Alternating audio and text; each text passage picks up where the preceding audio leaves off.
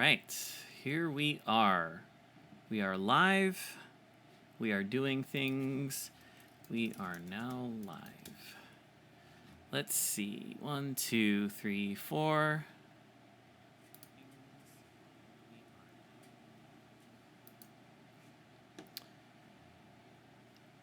Okay, so this is a test stream. I'm trying to figure out how this works. I'm going to use YouTube, I think, primarily. I have an audience there already, so I might as well use that and provide the content to where people already are. I was considering Twitch as well, but yeah. Hey, what's up?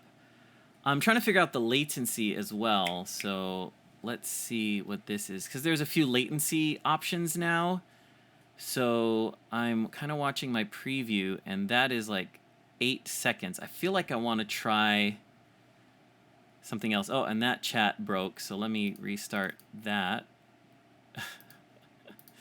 Oh boy. There's a lot going on in a stream, and there's that.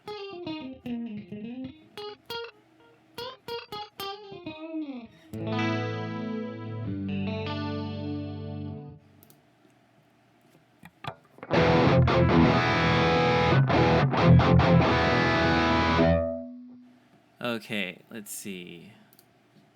That seems a little up there, so we'll do that.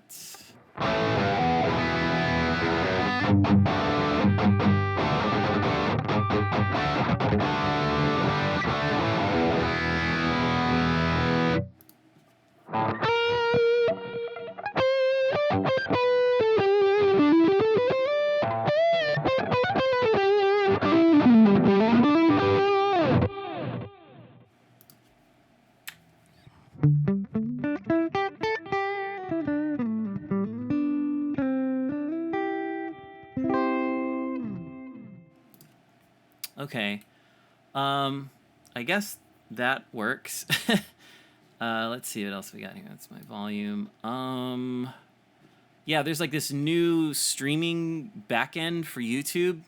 It's been around for a little while, but I haven't used it. Like I said, I was gonna go to Twitch, and I still might consider that. I don't want people to have to sign up for something. Most people have a Gmail or YouTube account already, so we'll just stick with that. And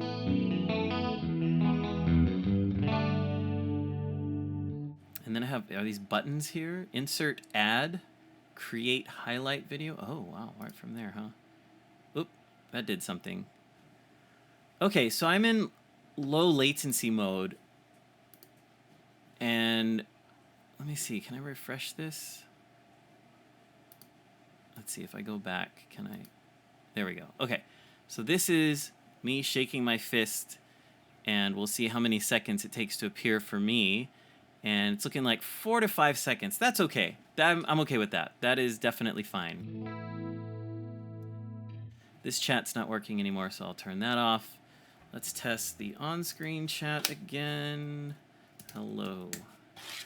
And that should take like 4 seconds or so. Yep, there's that.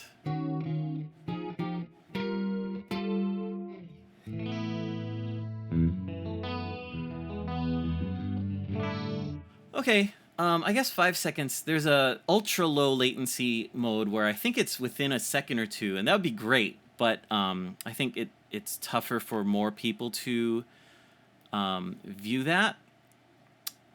So I think we'll just go here. And YouTube's just a little more simple. Twitch has a lot of cool things that you can do, but I think it'll get lost on this audience. People want to check in, get some tips, and get out. They don't really want to become a Twitch member or any other platform. So I think YouTube, it makes the most sense. And then another problem I've been having is I have 2 cameras with a lot of data going through the encoders. So I have this camera and I have this camera, and it uses up a lot of USB bandwidth. So then when I plug in the Axe, sometimes Axe Edit wasn't working too well because I was just robbing all of the bandwidth with the cameras. So we'll see how that works.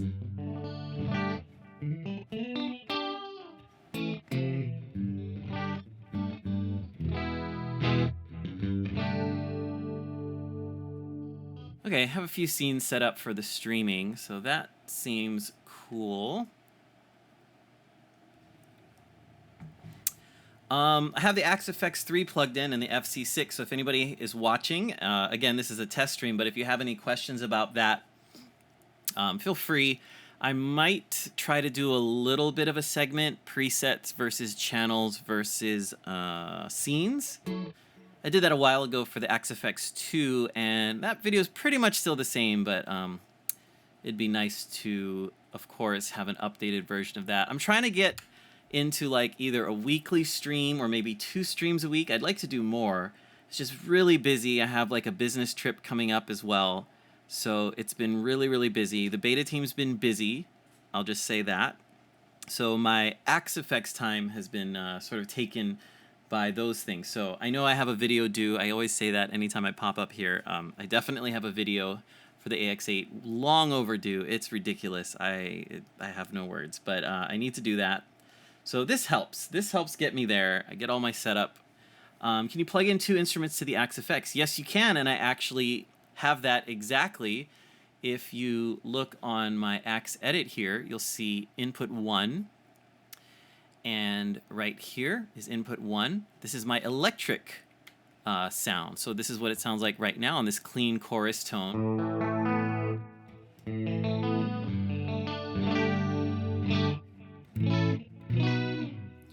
Okay, so that's one instrument. And then on this guitar, there's like a dual output jack. I'm using a stereo cable that goes to 2 separate cables into the Axe FX. So in input 3, and I just chose that since it's a strict 1/4 inch. You could use input 2 or input 4, it doesn't matter. On input 3, I have this acoustic sound, and on this guitar, if I flip this switch here, it changes from acoustic to electric. So here's my acoustic sound. And that's the guitar. That is not like a simulator or anything. That's the guitar specifically providing that sound.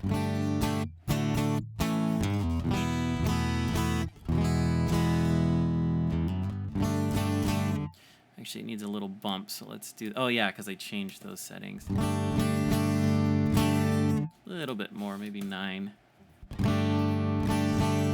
Okay, cool. So right there, I do have 2 instruments plugged in at the same time. Let me save that. Why would you purchase... Okay, let me talk about the FC12 in just a little bit. So let me finish this first question. So yeah, I have two instruments plugged in at the same time. Now, the way I use it is I have a volume pedal over here on the electric only. So if I, on this guitar again, if I put it in the middle of this switch, I get both. So here's both full up. So I get the cut of the acoustic and sort of the effect or whatever of the electric.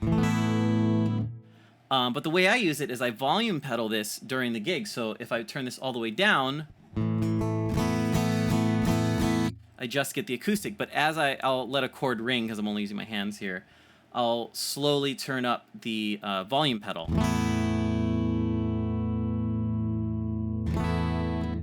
And to make that more noticeable, I'm going to turn on this multi-delay. And you'll definitely hear the difference. So here's just the acoustic.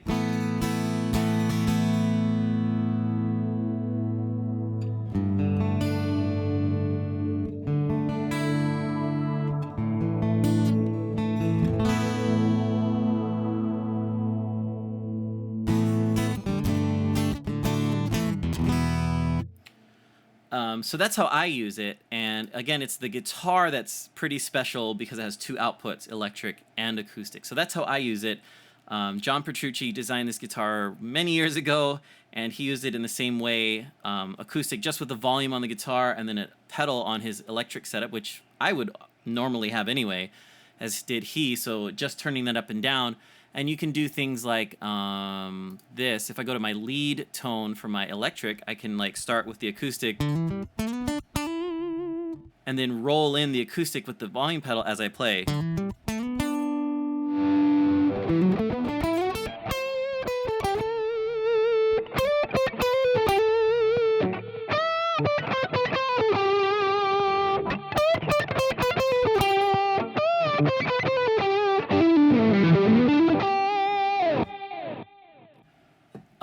So again, that's just how I use this specifically.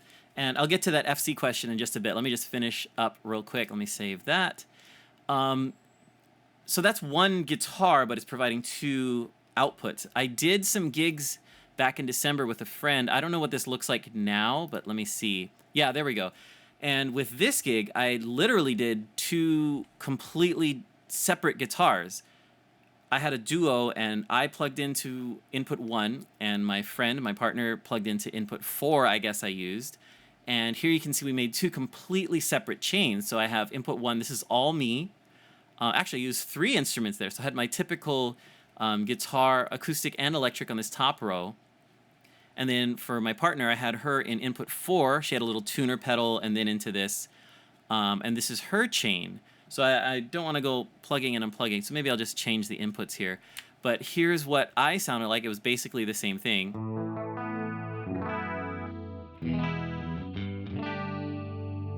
So that's this line, input 1, with all this stuff. And then here's the acoustic, again, through this thing.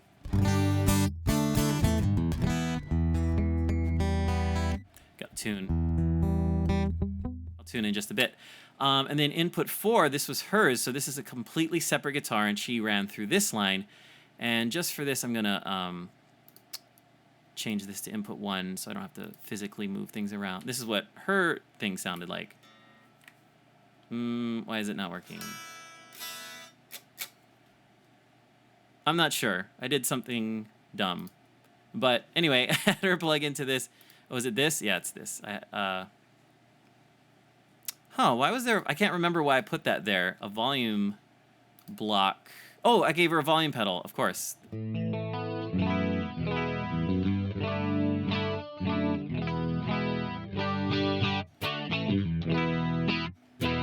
Yeah, so there's that. So that was hers. And we could change scenes. I only used 4 scenes, and that's a whole nother discussion. If you have 2 people on the same acts, you kind of got to...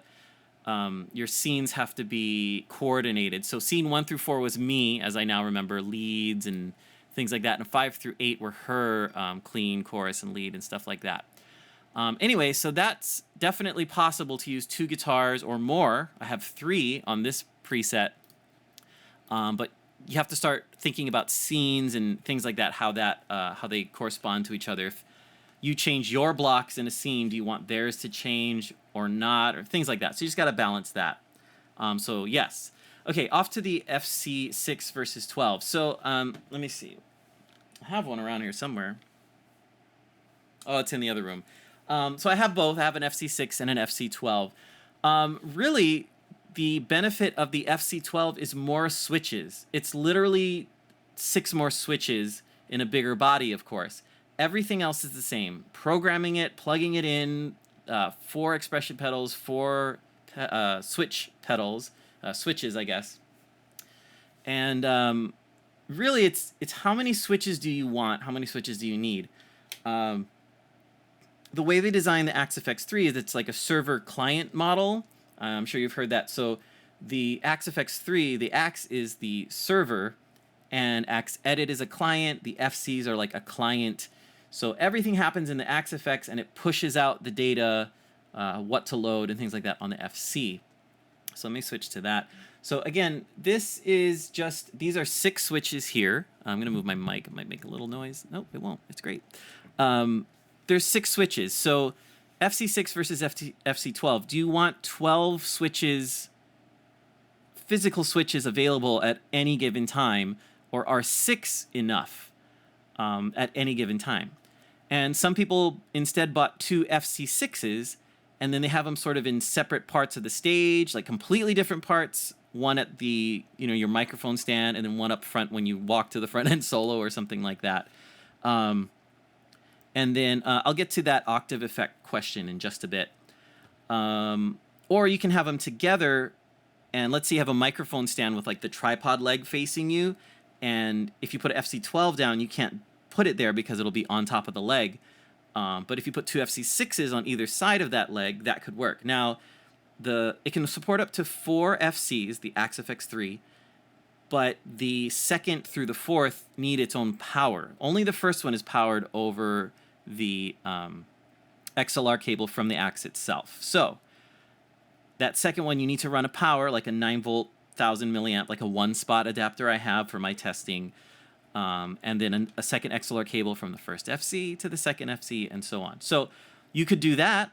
If you want 2 FC6s, take one to 1 gig, then you have a bigger gig, take the second one to the second gig. You can do mirroring, so they're exactly the same. You can set up the second one completely differently, things like that. So there's a lot of ways to use either one FC6, 2 FC6, one FC12, one of each, things like that. So it really depends what you need. Do you need more than 6 switches? Now, each switch can do basically 4 functions, if you want to put it that way. Let's go to my FC controller here, and we'll go to FC6 mode. Now, I'll go to, let's see, what's a good one? Per preset. We're not going to use this, so let's clear this switch.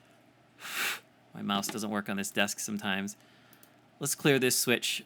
And this is the way I use it. When I use my FC6 at a gig, on one switch, I'll put 4 scenes. So that's a lot for one switch, and this is how I do it. Now, this may not work for you. If you need to literally press a switch and immediately get to a scene, then maybe you want everything to have its own switch, and then you might need more switches. So it's up to you. Depends what you need. But what I do for most of my gigs is I'll go scene, toggle, and on the same switch, I can toggle between scene 1 and, let's see, in this one it's 2. And those are my tap functions. And now I'm just going to copy this and paste it over here so most of the data is there. And on my hold function, I'm going to go between 7 and 6. It just happens to be the silly way I set up these scenes, and I didn't change it. So now on one switch, I have scene 1 and 2, and I have scene 7 and 6. Now, how would that work? So let me switch over to this view here. So again, this is the switch I've set up. So by default, I'm on scene 1, which is my clean chorus sound.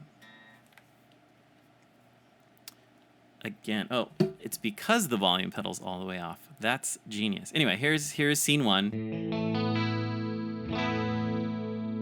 Okay, now if I tap it from scene 1, I go to my clean lead, which is scene 2. Did I tap it? I did not.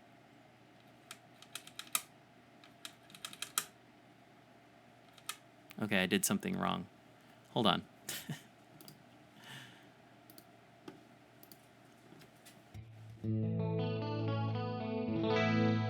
Oh, I'm not on the correct layout because I'm an idiot. This is really hard to do when it's standing up, so sorry about that.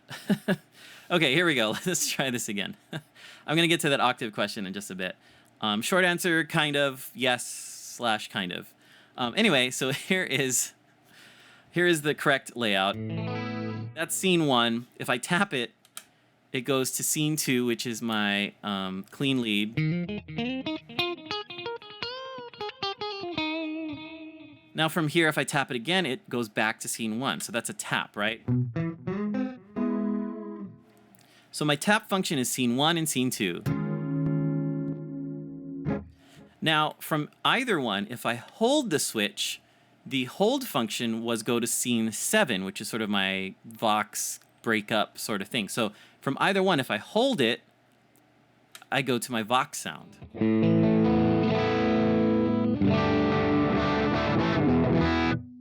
Okay. Now, to get to my 4th scene, I have to be on that hold function because I set it to a toggle. So in order to toggle from the Vox sound, I need to be on the Vox sound to toggle it. And if I hold it again, I get to my lead sound.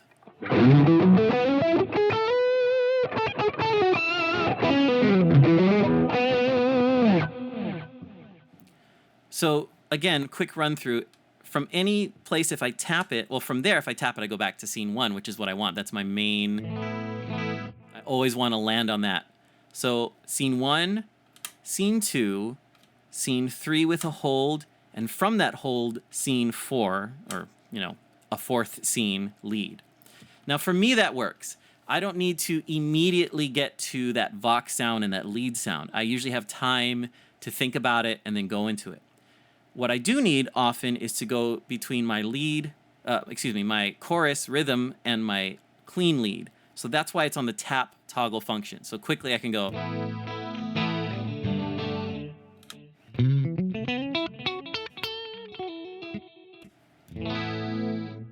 So using this method, you want to put the scenes you need most immediate access to on your tap function. And then oftentimes, if I'm going to end up in my lead, I'll be on that Vox thing anyway. So from there,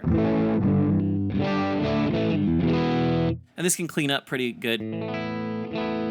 The volume knob on my guitar, I'm cleaning it up. Right? And then usually from here, I get to my lead. I go through sort of some gain stages, if you will. And then I'm back to my main clean. So that's one way to get a lot of real estate, I guess, from one switch. 4 scenes on one switch. I could set up another switch with the other 4 scenes in the same method if I wanted to.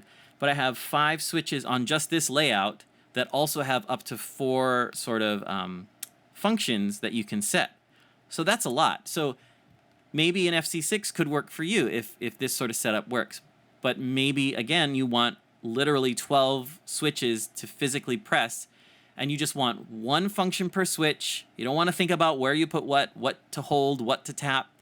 You just want scene 1, 2, 3, 4, 5, 6 on the first 6, and then, you know, tuner, tap, whatever on the other 6. So it's totally up to you. Why would you purchase an FC12 instead of an FC6 if you need 12 switches at the gig? That's literally the only answer. And you have to figure that out. So an FC6 is more compact. It's smaller, which is the same thing as more compact. But again, it's exactly identical between the two, FC6 and 12.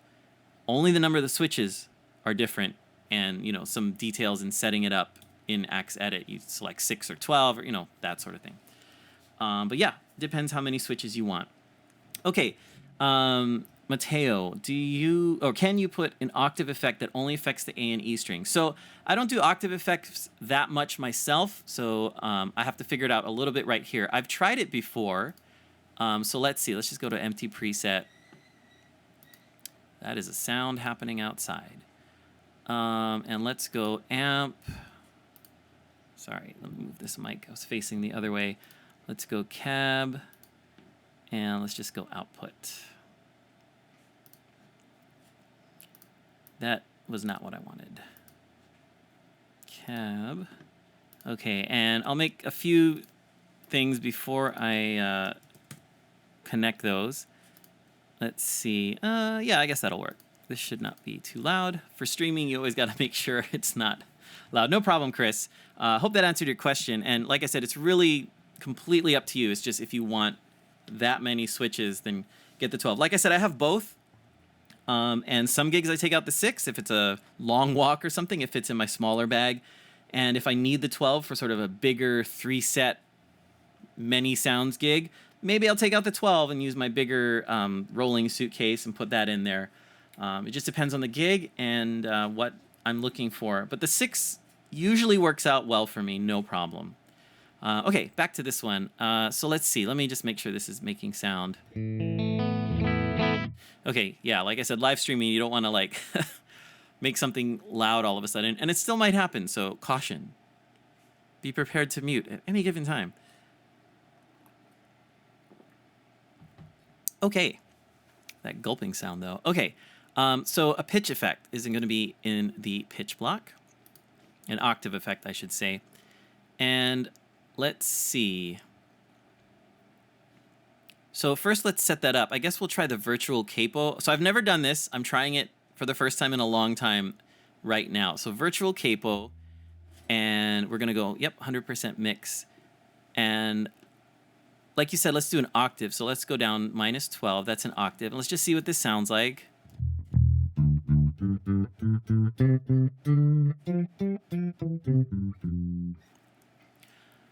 Okay, so that's -12. So that's working. And again, I don't use this effect, so don't judge the quality of this. I don't really do this too much.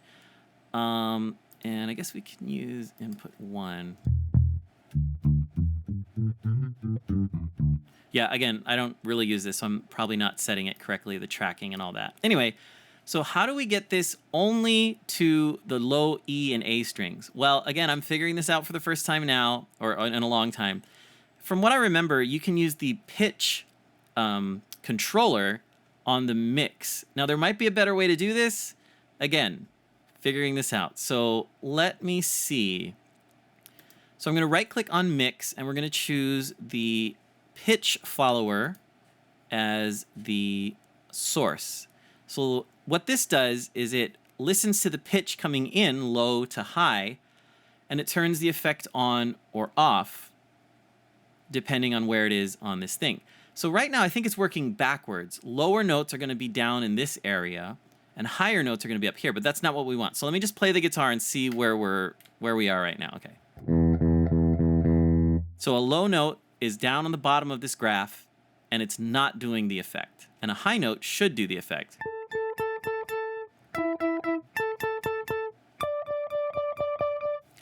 And again, this is the mix. I'm pointing to the screen like you can see it. I'm an idiot. So if it's not all the way up here, you're going to hear some of the dry. So that's why you're hearing the 2 octaves when I play higher. And as I play lower, it's mixing down. So it's, well, let me get off of this. You can actually probably see where the knob is. So again, playing high, watch this mix knob as it jumps around. So in essence, it's working, but it's working backwards from what you want. And the mix probably you want the mix all the way up, or maybe you don't. Maybe you want it like 50-50. It depends what you want. But again, I'm just figuring this out now. So low notes, mix is off, and we get no octave. That's not what you want. So a quick way, well, let's look at the controllers first. Click the controllers tab, and is there even a pitch? Oh, tempo and pitch. Pitch input source. Okay, so there's no control. There's no parameters for the pitch controller. So all we can do is in this modifier screen. So right-click the mix knob again. So obviously, if it's backwards, the first thing I want to do is switch the min and max. Change that around. So now when I'm pointing to the screen again, now when the modifier, I'm just jumping around because I'm talking and it's hearing pitches.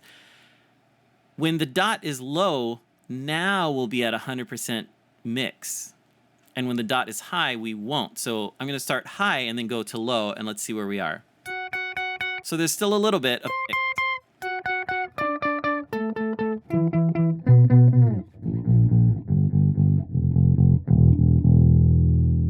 And again, I haven't adjusted anything. Don't judge these tones. I think I put the block in the wrong place. I'm just demonstrating this. Anything I do, don't ever judge the tone, because I'm not the best at that. Anyway, so now it's working the way we want, the lower strings. So from here, you kind of got to work on this modifier graph, and you want to work with all of these controls. So you probably have to do a little experimentation. I'm not the best at modifiers. There's some crazy guys, Moke and Fremen and all those guys know what to do. I don't. So let's just play around with these dials. Let's see what happens. That's not what I want. We want it, nope, we don't want that. We want the dot to stay low on certain notes and not on others.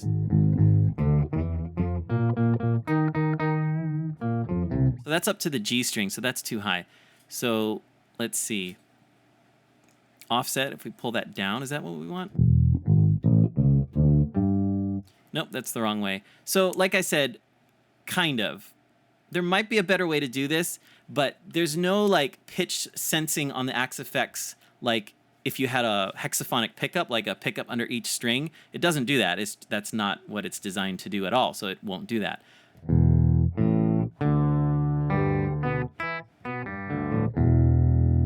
But yeah, you could do things like that to get it more to where you want. Like I said, I'm sorry, I'm not the best at this. Maybe you can change the mid and end and stuff like that.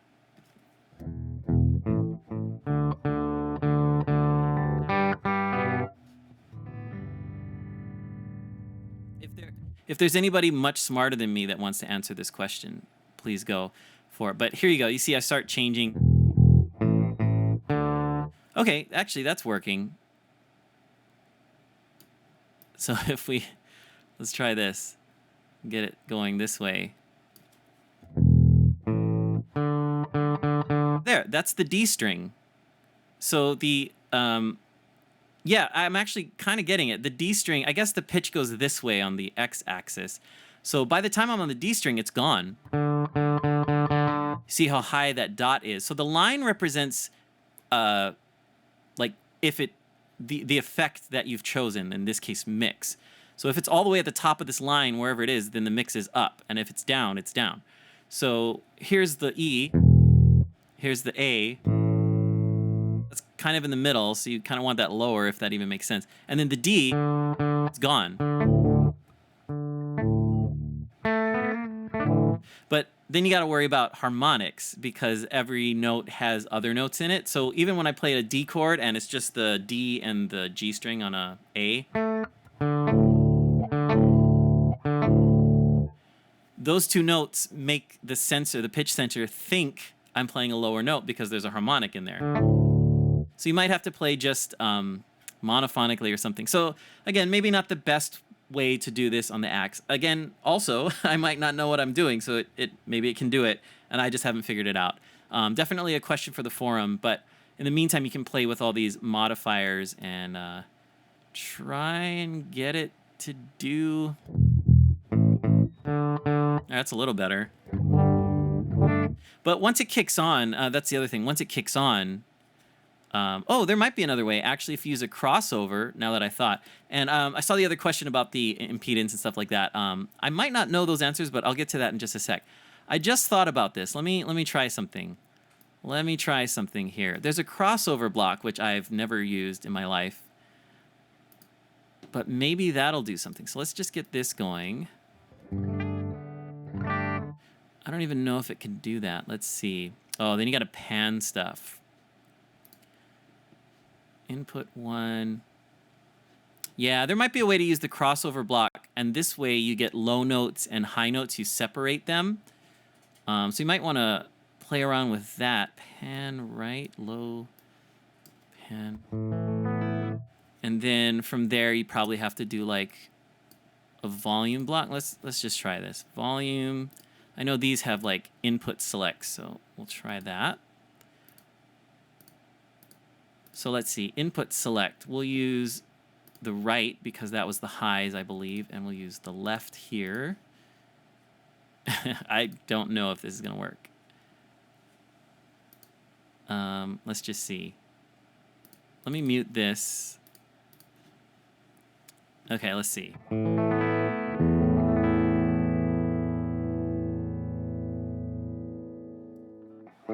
Okay, there, it's sort of working. So now I only have the highs coming through because I set the frequency up above 200. So, but again, every note has all the frequencies. I can set this as high as I want, and that's my low E string. So that's what a low E string sounds like without the low end.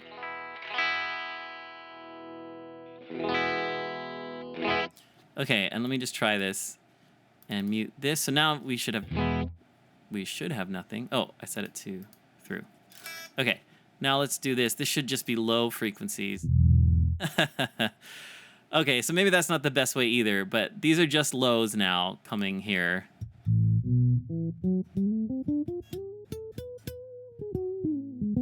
Well, that's an interesting sound. Okay, so not sure this is the best way to do it. I would still ask on the forum. Maybe someone knows how to do it.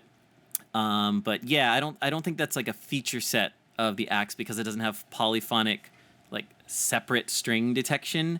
You'd probably want to use something like a variax from line 6 where you do that on the guitar, and I always feel that works the best anyway.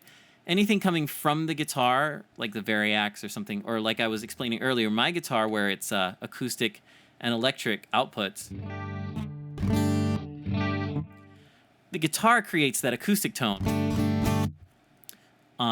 And I think that's better than any simulator that I've heard personally. I think there have been great strides in acoustic simulation on the Axe effects and in separate pedals from other brands and things like that.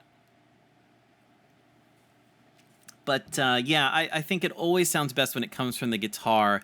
Then the processor's not doing that extra work anyway. But yeah. I feel like there's something I'm forgetting on the octave thing, but I don't think it's quite possible. So just a heads up there. Okay. Are there any differences in sensitivity or impedance for the different inputs? This will be in the manual, so I would check the owner's manual. But some general statements I'll say is input 1 is definitely meant for like your guitar. And maybe more of an electric guitar than acoustic, if anything. Or if anything, it has some extra features for an electric. And it's totally fine to use an acoustic in there as well. But input 1 is like your basic bread and butter electric guitar input, or acoustic. And there's a front input and a rear input. So something special about input 1 is there are 2 input 1s, one on the front and one on the back. And right now I'm using the input in the back. The way this was designed is, let's say you have a wireless unit in your rack with the Axe-Fx. So you would plug that into the rear. And on the Axe-Fx 3, if you know about this, the rear and the front input have the special sauce that I was sort of alluding to earlier, noise gate and all these things that are better for electric guitar. And the back and the front has it on the Axe-Fx 3. On the Axe-Fx 2, it was only on the front input, so a lot of people wired their wireless out to the front. Anyway, so now you can do it in the back. Once you have something plugged in the back, let's say your wireless is racked in, it's plugged in, but you get to the gig and you're like, oh, I didn't bring my wireless pack, I need to plug in with a cable. Or during the gig, your wireless goes down. Just plug a cable into the front input and it works. It'll override the rear input if something's plugged in. So that's a cool feature for that. Plug in your wireless into the back input 1, and if your wireless goes dead, or for some reason you want to use another guitar without, fiddling around with the pack, plug a cable into the front, and now only the front input works on input 1. So that's something special about that. I did that the other day on a gig where, again, I typically plug into the back just so the front's clean. So I had this guitar plugged in, and my friend wanted to try the Axe right on the gig. He's like, oh, can I plug into that preset? It sounds good. So I took his cable and just literally plugged it into the front. I had my rack sort of facing straight up. I plugged it right in, and he was playing through the Axe all of a sudden, and I still had my other the acoustic plugged in input 3, as you can see on the preset, so we could both play out of the Axe, because there's 2 guitars set up on my preset, and he used what I had for the electric sound, and I used the acoustic, and it totally worked. So that's something cool about input 1. Input 2 is a stereo input. Input 1 only has 1 jack, one on the front, one on the back, so it's meant for a mono guitar. Input 2 is a balanced input. They are XLR female jacks. It's a combo jack, so you could also plug in a 1/4 inch. But there's some terminology I don't quite understand. It's been thrown around a bit, and I'm not an engineer, so I don't understand. I think it's short to sleeve. I could be making that up. It's something like that. But that allows both a guitar to be plugged into the 1/4 inch part of the combo jack, or an XLR cable plugged into the XLR part of it without some issue. I don't remember the issue. I think it's impedance. Oh yeah, so you can have a high impedance plugged into the combo jack, and it'll function as a high impedance. But when you plug in a XLR into it, it's a balanced signal, pretty sure low impedance when you do that. I think it's called short to sleeve. Again, I don't know. I'm not an engineer. But there's something special about input 2. The only drawback about that is if you have, I believe if you have input 2 in your layout, it might be noisy because of that design choice. So if you're going to use input 2, always have something plugged in and always have it active from what I've discovered.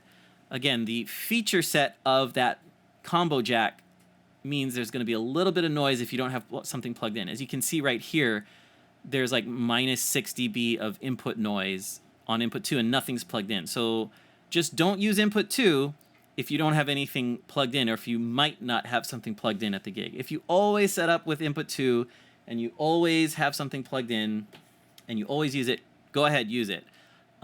There's, like I said, XLR, so that was sort of intended as a external effects processor input. If you have other rack gear that uses balanced outputs, plug it into input 2 in stereo if you want, and boom, you got it. And if it's always plugged in, you're not going to have that issue I just spoke of. But that's why I use input 3 for my acoustic guitar on this dual output guitar. I plug into input 3. and I use that. Or I could use input 4, but 3 just came first, so I use that. Now, input 3 and 4 are 1/4 inch only, and each one is a stereo input. And input 3 and 4 were designed for the 4 cable method, or at least that's sort of one of the intended uses of that. So it's unity gain in, and output 3 and 4 are the same. Unity gain out. If you turn the knobs all the way up on the front panel, that's for the outputs. But again, so there's, from what I hear people use, I don't use an amp anymore, so I don't do this, but output 3 and 4 have a little bit less level than output 1 and 2. Again, that's because it was designed for unity gain. It's a lower level in general, and it's just to make amps and processors work really nicely together. From there, you can always turn up the outputs, like I said, and I'm talking about the output blocks. You click right on the output, you turn those levels up if you need a little bit more juice from that. Back to the inputs, like I said, there's not too much to say about it. It's 1/4 inch. It's meant for unity gain. You can adjust it on the front. Can you adjust it here now? There's some setup things. No, you need to adjust that from the front panel setup, I/O, and then you have your inputs. What button is it? Input levels here for inputs 1 through 4. Those are soft inputs for the change there. Yeah. So yeah, that's the inputs there on, I'm sitting on my headphone jack and it's going crazy. There we go. Alrighty. Any other questions about the AxeFX3? Anything that I might know? I don't know everything. I do a tutorial site, but that does not mean I know everything. There are so many aspects to the AxeFX, and maybe I'll speak on that for just a bit. A lot of people want, or they buy an AxeFX 2 or 3 or AX8 or whatever, and I see this a lot. I'm on the forum a lot, and I just see this a lot. I see a lot of people think that they need to know every single aspect, every single parameter in every block before they take it to the gig or use it or feel comfortable using it. Or they just have this sort of anxiety when they don't know every single thing in every single block.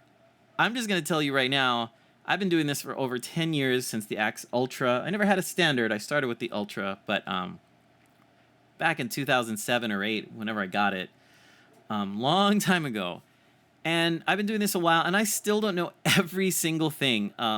Even the best of the best, we don't know every single thing at any moment ever. It's just impossible. There's so many things. The AxeFX, the way I like to explain it is, the AxeFX concept is to replace every single thing in a typical guitar chain, other than the guitar. Drive pedals, effects pedals, amps and cabs, of course, recording gear like reverbs and preamps in the cab block, and there's IR capture and tone matching, scenes and rigs and foot pedals. I mean, there's so many things in this AxeFX. I don't even think some of the greatest studio people who work every day in the studio with all the physical gear could know every single thing on everything. No problem on the I/O capability. I hope that was clear. There's more technical details in the manual. Toward the end, there's the spec list, of course, but in usable terms, I think I explained as much as I know. But again, yeah, there's so many things in the AxeFX. I think people buy an AxeFX and it's, you know, around $2,000 or whatever, or they buy an AX8 and it's around $1,000 or whatever, or anything. There's an amount of money that people think for their own budget or whatever is like a lot, and that's fine. We all have different things, and compared to like a boutique amp with pedals, with cabs, with microphones and recording gear, $2,000 is not a lot to replace all that. I mean, just a boutique amp itself is $2,000 to $3,000 these days. Buy a cab for $5,000 to $1,000. All your pedals, let's just say 500. One pedal is 500 these days for the boutique stuff. So let's say 1,000. We're already up to $4,000 basically. Hey, no problem. Yeah, go whenever you need to. Thanks so much for hanging out. This is just a test stream, so appreciate you hanging out. Yeah, I would love to get this weekly. I gonna try and keep this set up the way it is, and we'll see what we can do. Anyway, we're already at $4,000, and we haven't even talked about mics, preamps, studio gear recording. I mean, that can easily get to $5,000 to $10,000 easily. So $2,000 for this Axe-FX3, relatively speaking, is not a lot. For your budget, maybe it is, and that's totally fine. I'm not saying it's cheap either. But there are a lot of things in the Axe-FX3, and I think people, they spend $2,000 on it, and they say, I want to use everything. And I don't think that's the way to look at it. Even if you just use an amp and cab in the Axe-FX3, and you go to your gig and you play it with an amp and cab and maybe a couple pedals that you already own, I think that's worth it right there, because I think the benefit of the Axe-FX is it's smaller and lighter than an amp and cab. You can go direct. You can use in-ear monitors if you want to, like I'm doing now. You can use cabs. You can use this and that. Like, there's so many ways to use it, and that's the benefit, in my opinion. Once you get that and you go to the gig and you play quietly and you can hear yourself, isn't that worth $2,000? Every gig you can hear yourself and control it easily with an FC or something like that. Like, that to me is worth the price already. From there, you have tons of blocks and choices. Add them as you need them. Add them as you learn them. Start with the amp and cab, of course. Don, I see that question. I'll get to it in just a sec. Add the amp and cab, get used to that, get a good tone. You have to have a good tone first before you start adding all these effects and things. So get that down, take it to the gig, use 1 or 2 amp models all night, and that to me is worth the price of admission for the Axe-FX or AX8 or any other thing, the Kemper, I mean, any gear.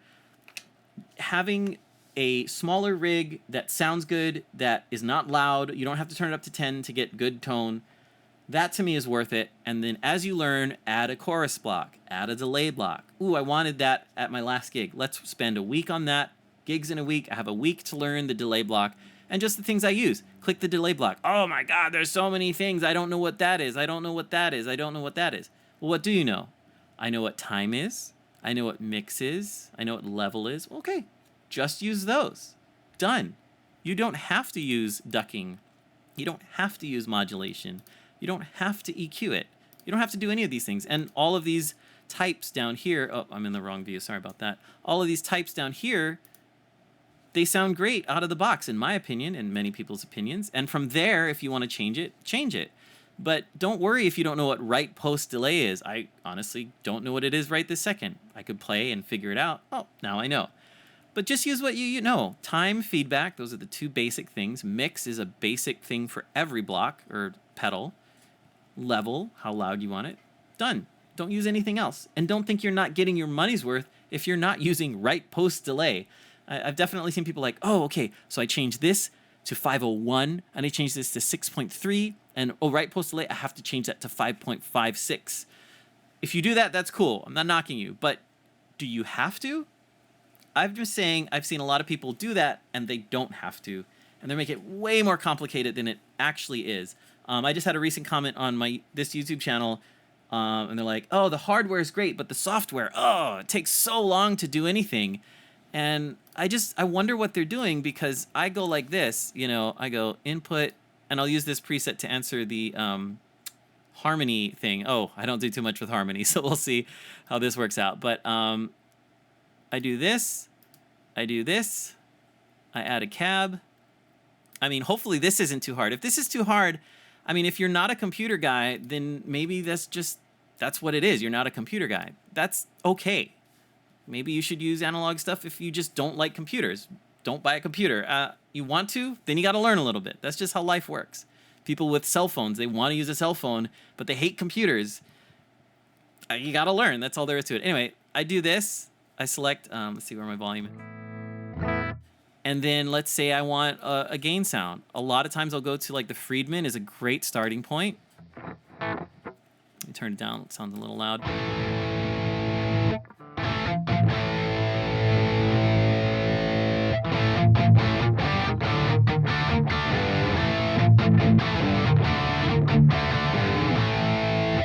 Now to me, that's a great starting tone. Like the Friedmans are very forgiving. They sound great. It's a little bit too much bass. Turn the bass down.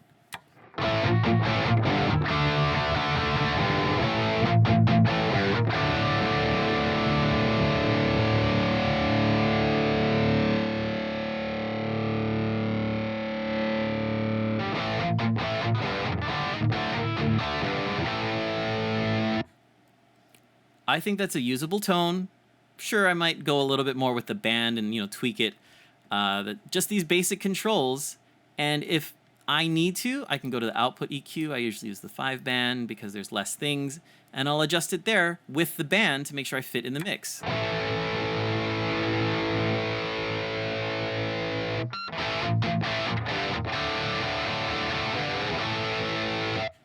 I mean, again, I'm rushing and trying to prove a point, I guess, but like that's not that hard.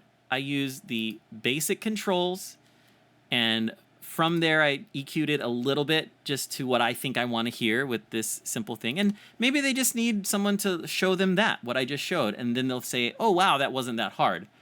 But if you don't know anything about delays, if you don't know anything about compressors, if you don't know anything about amps and cabs and how they work, then yeah, this might seem a little hard, but it would be the same difficulty if you got a real amp.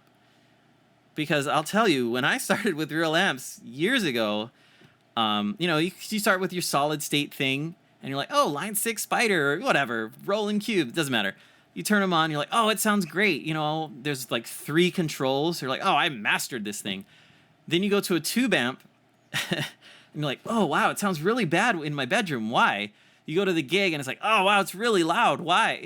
There's all these learning things you have to have with real amps and real pedals and plugging them in. And there's the same learning process in real stuff versus sort of the virtual stuff in the Axe, Kemper, Helix, whatever. It doesn't matter. There's a learning point. And I think a lot of people, sorry, I'm going on this rant. I'll answer that question. I think a lot of people think it's digital, so it should be easier. And that's just not the case. Digital just is a different method of doing the same thing. At least today, they sound so great. They all sound great. And so if you're going to a new system, whatever it is, you just gotta you're gonna have some learning to do. Okay, anyway, rant over. Quick noob question 5 minutes later. How do you set up a pitch block to do a harmony following a specific key? Okay, like I said earlier, I don't really do too much harmony stuff. I don't really use the pitch block for that, so let's try it together. Pitch block. We'll do, let's see, dual harmony, I guess is the simplest one. Seems so, dual harmony. Okay. And let's see, what do we have? We have custom scales, but we're not going to use that right now. We have master stuff. Shifting. Okay, I don't think we need any of that. So we're going to just stay right here. And let's just do one harmony. So I'm going to turn level 2 down. We'll keep the mix at 50%. And let's just see what we have. Now, I don't know what learn does. Sorry. Like I said, I reference the manual daily when I'm working on the Axe. I don't know everything. There's just no way. Equal and just temperament, major scales. Okay, so let's just see. And I'm not the best musician either. So let's just see what this sounds like. I don't know what's going to happen. But we're in A, apparently. Key of A. Let's see.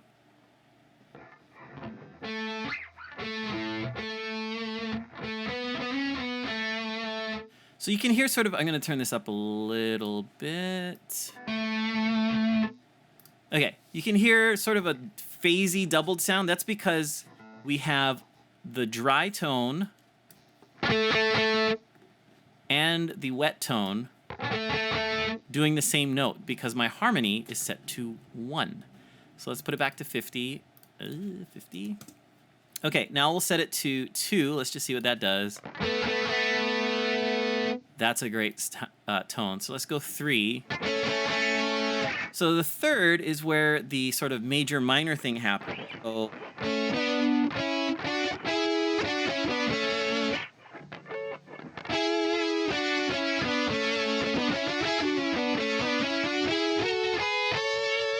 okay, so that's definitely an A major scale. And we're in Ionian mode, which is the major scale. So you got to know a little bit about these things: Ionian, Lydian, Mixolydian, all of these things. But from there, I'm in the key of A, so there it is. How do you set a pitch block to do a harmony following a specific key? So I'm in the key of A, so here we go. This is it.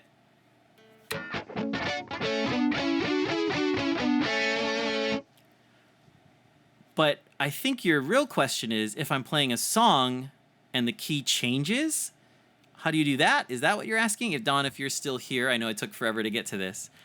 But that matters. So let me just change this to C. I'm going to play the same scale.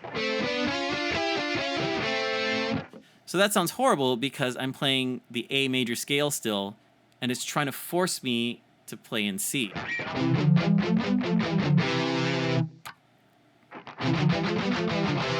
And I'll do this disclaimer again. I don't judge these tones or the performance of this. I'm just doing tutorial type examples. I'm not going for tone, the best tracking, and I don't know. I'm just turning it on.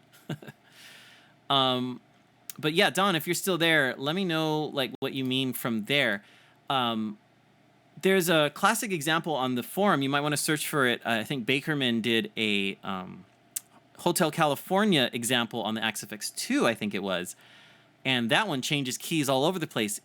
If you know music theory, you know it's changing keys as it goes through its chord progression. So to do that, what he had to do is either assign a modifier. I guess you can do this on the Axe 3. I don't think you could do that on the 2. But he used either XY or different pitch blocks or different channels on the Axe 3. A song with changing keys. So what you would need to do is change either your channels, or you could use a modifier here to change keys. Now, I don't have an example ready to go. You just asked the question, so I'm not exactly... I don't have everything dialed in, of course. But one quick example, let's say it changes from A to G. So we could go have this in the key of A on channel A. And then let's just copy this to channel B. So most of the things are there. We'll go to channel B, and we need to change the key to G. Let's do F. Well, is that a tritone? No. Yeah, it is the other way. We'll go to E. No, I want something like kind of different. G. That's how that works. So now on channel B, I have the G. And again, I'm just staying in Ionian, like degree 1, the most majorist scale that you can do, right there. So now, if I have a switch on, well, let's just set it up. Let me save this so I don't lose it if I back out. We'll go to FC controllers. I'm in 6. Let's set up, we'll do this one. We'll do this one, and we'll go effect, channel toggle, pitch 1, A and B. That should do it. Okay. So if we click our pitch block. Now, I have a lot of USB going in my computer, like I said, so this might delay from when I switch it. Like the display of Axe Edit might delay a little bit when I hit the actual switch. So don't worry about that. The sound should change. But here we're in B. I'm going to play an A scale. That sounds horrible because it's set to the key of G. Right? I think this sounds better in between the cab. Let me try that. I'm going to mute this in case it messes up.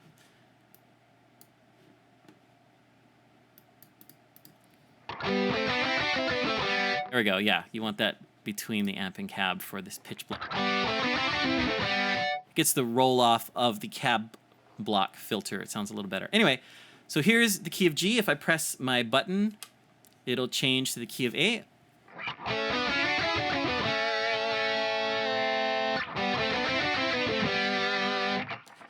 I set it so when I play the guitar, my mic mutes so you don't hear noise. But watch what happens. I'm going to hold the note A.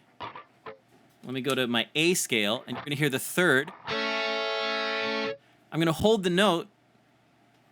Sorry. I'm going to hold the note, and then I'm going to press the button while the note is being held. And listen, it's going to change notes, hopefully. me turn up the mix a little bit so that's even easier to hear.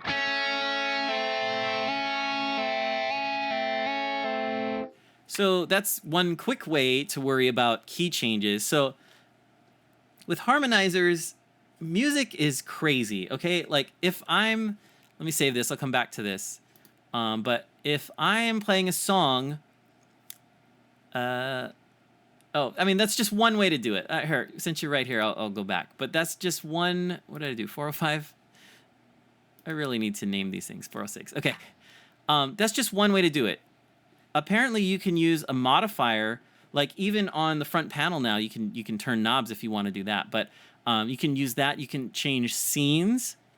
So scene 1 will set to A, you know, and scene 2 will set to B. So in not just a direct pitch block change, you could use a scene. So use scene 1 and 2. So here's scene 1. Sorry, again, I don't know what this will sound like.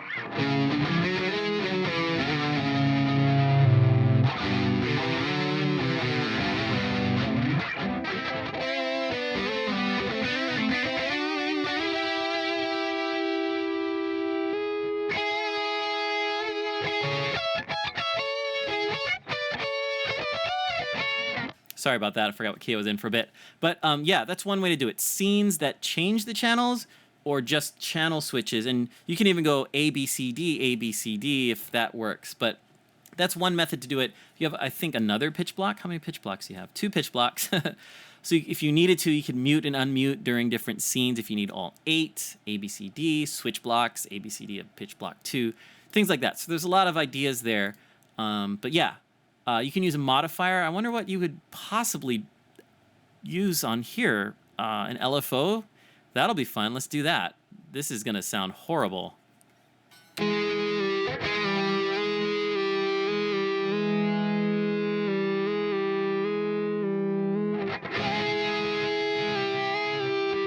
Okay, that's pretty dumb. Let's turn that off. But look, the key's all just changing on its own. So that's another stupid thing you could do.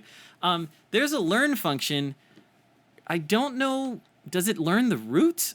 Hold on. I'm gonna go to this screen real quick. I need to do something. I need to get the owner's manual. Axe Effects 3, owner's manual. Okay, let's see. This is what I do. I'm a tutorial guy. I'm on the forum all the time, and I open up the manual, and I search. Well, maybe I'll show you that. Let's turn those off. Owner's manual. Here's what you do. You go to the owner's manual, and you either download it as a PDF, or even in the browser it should work. You search. You hit search in your browser, and you go learn. And let's see if it finds it. Learn. So let's go to the pitch block first. I mean, that's one way to do it, but let's go to the pitch block. Where is it? Blocks guide. Pitch block. And we will look for the learn function. Dual shift harmony. Learn. While learn is on, the key parameter will automatically change to whatever single note you play, assigned to a foot switch for key changes right in the middle of a phrase. Interesting. So let's try that. So this is what everyone can do and should do. Look at the manual. I'm figuring this out for myself. Let's see. Okay, we'll get to that drive in just a bit. Let me finish this. So learn mode. I'm not going to assign it to a switch, but let's just see how this, I don't know how this works. So let's just see if and how it works. So A. So we'll learn and we'll play a B flat.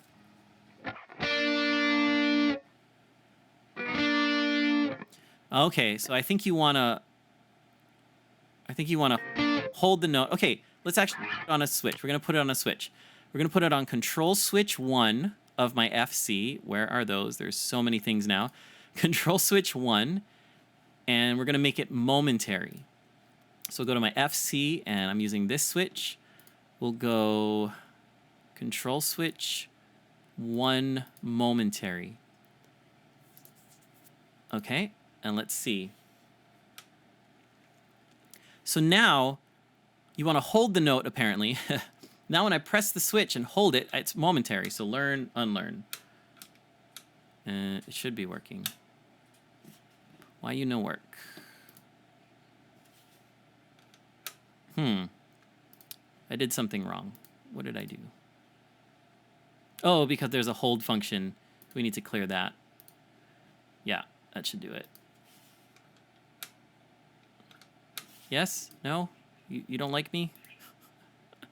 What's that? Oh, because I can't put a switch there on that specific switch because I have the MLM enabled. So we'll just put it here instead. Sorry about that. I don't know what I'm doing. You'll learn that all the time. Okay, there we go. Because I have the MLM function to switch things, it doesn't work. Anyway, so there it is. So here's another thing. Assign a hold control switch momentary to the learn function. And as I hold it, this will change keys, and I'm just changing it on the guitar. It's listening to the guitar. So D.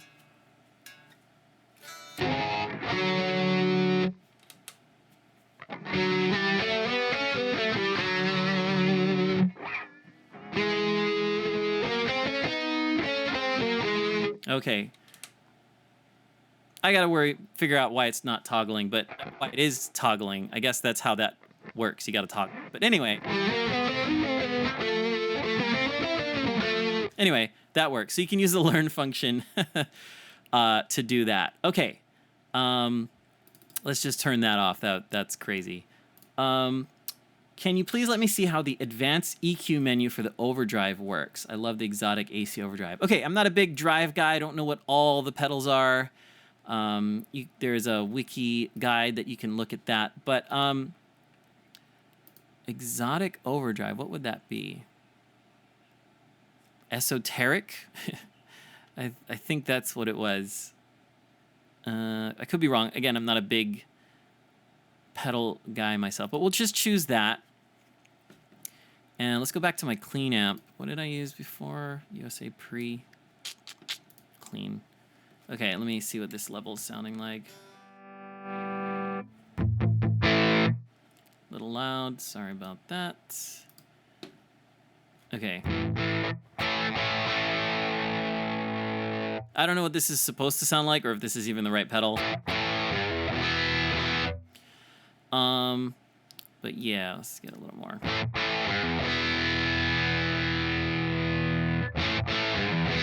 Okay, so that's the basic menu for this particular drive. Let me know if it's the wrong one or the right one. Yeah, no problem.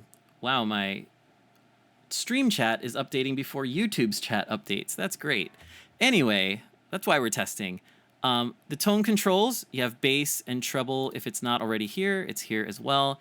You have a mid frequency. The other one, the ACB,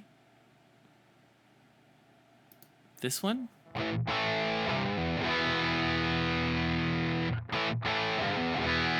Oh, I like that.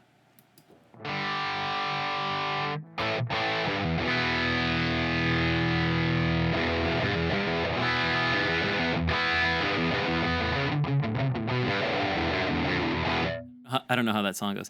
Anyway, so we'll set this to 8. Okay, so tone, you have an additional mid control on this particular pedal. So if you really want to poke out, say like 1K or 1.2, a lot of people do that.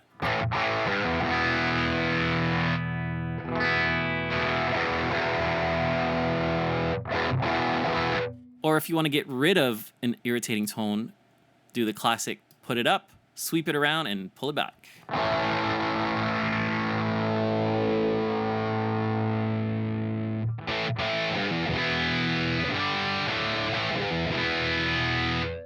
That cleaned it up right there, right around 900. And then I can play around with this. I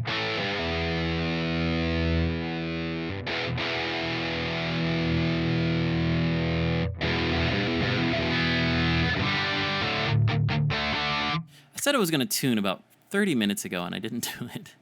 Anyway, so that's that. You have a high cut and a low cut. So these have defaults, different defaults per pedal, of course, so it sounds like the pedal. But you can play around with those.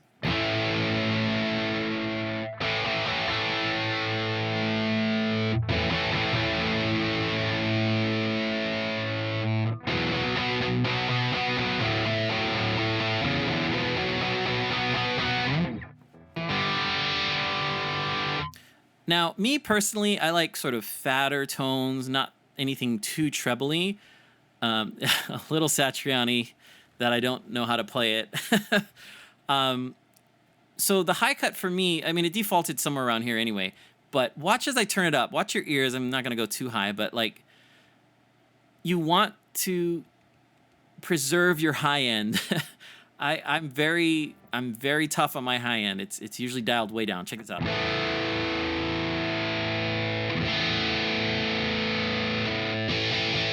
Like, to some people, that's a perfect cutting tone, and if it works for you, it works for you. That's totally cool. But again, this happened to default lower down here, and I might even take it lower. It really depends. I mean, you're going to look at this and say, yeah, 8K. Oh, for sure. Yeah, for general things, a lot of people don't use anything above 8K for electric guitars. But listen to this. It defaulted like at around 1200, I think.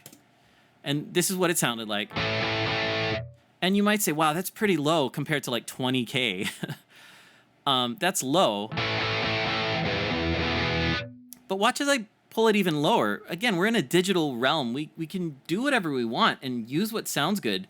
Don't worry about what the numbers say. It's like, oh, I can't go below 1K because that's not what pedals do. Like, who cares? If it works, that's what you want.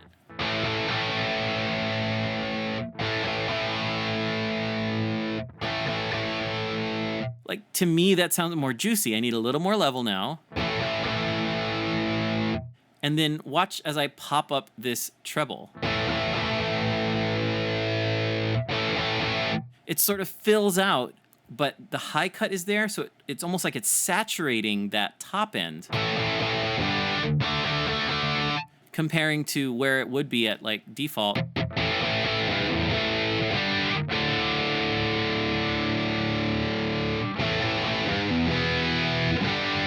Like, to my ears, that sounds better with a ridiculous high cut of 700.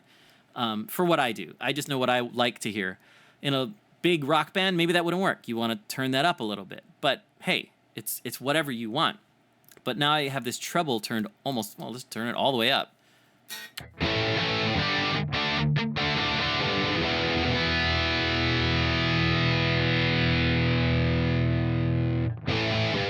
That's a little low. 400 is a little low. Hold on, I've been streaming and not looking at anything. Okay, things are happening. Oh, yeah, what's this? Oh, okay. Day job stuff. Anyway, so yeah, play around with these controls. Do what you want with them. Don't worry about what's supposed to be. If it's supposed to be, there wouldn't be a knob. Graphic EQ. I believe this is a 10-band graphic EQ. So from here, so now I got the high end like where I want it, like pretty muted on the high end, but now I can add stuff back.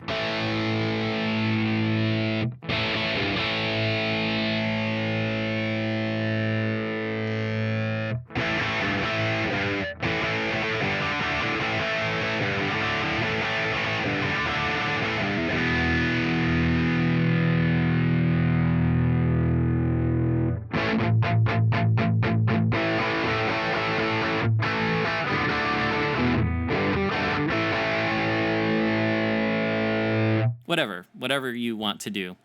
And you can turn it on and off with a switch. Make a solo tone from this drive pedal. Yeah, this was a recent addition. But I'm going to leave it off for now. And then your advanced stuff, which was your question. Some of that's advanced. I personally don't know too much about this. Again, I'm not a drive pedal guy. I don't know how diodes affect this and that. But you can change them and listen to what they do to your pedal.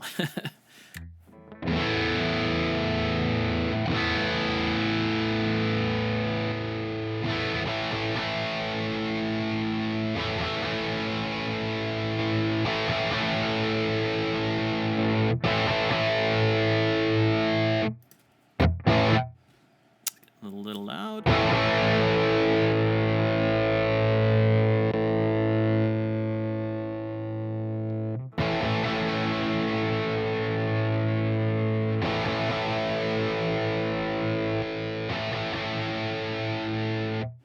and so on.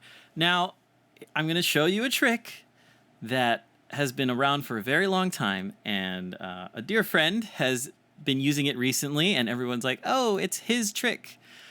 But there's been a looper since I think the Ultra had a looper. If not, the Delay had like a short loop in it. We've been doing this for a while. You pop a looper in the front, and this will simulate your guitar.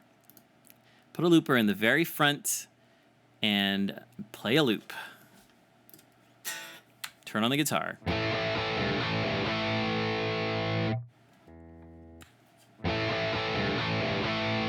So again, I can't play the guitar and talk at the same time, so I'll be stopping it a bit. But you use the trim. Look how long I waited to make the loop. You turn the trim up right there, and then you turn the end right there, and now we'll have this. And I want it in time, so I'll trim a little bit more. Let's try that. Hey, no problem. Like I said, I want to do this more often. I'll try to do it weekly at least. I don't know if I'll do it Sunday. Again, this was a test stream. I just woke up and said, I'm going to do it, darn it. I haven't been doing it. So anyway. Okay, there's a bit of a loop. That's fine for now. And again, I can't talk and play the guitar, this loop at the same time, so I'm going to explain what I'm doing first. I'm going to press play. I'm going to go to the drive. And I don't need to touch the guitar. You can see my hands. I won't be touching the guitar. And I'm going to change all the things without having to play. I have both hands to use the mouse and whatever. And a lot of people have been doing this for a while. Yeah, weekly would be great. I don't know what to do. I think I just do questions. I'll try to think of some topics to show and this and that. But anyway, today was a test. So I'm going to press play and adjust a couple things. A lot of us have been doing this for a while. And it's great that people get to see this method. But even people use like a external looper, like if you have a Boss RC2 or RC20 or whatever, totally use that. It's totally fine. But there's one right here, and you can do what I did. Anyway, hit play, and I'm going to adjust things. I can't talk because of the guitar, but here we go.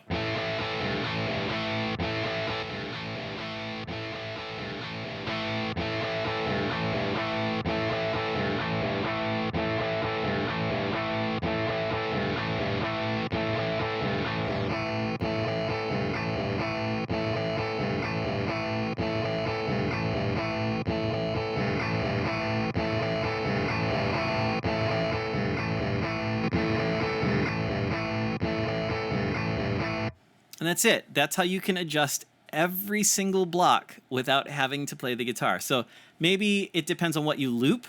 If you're doing something like more than just that driving thing, you might want to play something a little better for that, you know, a more melodic passage. Something like that. But now I've gotten my ideal drive tone, and you can hear it here on Axe Effects tutorials.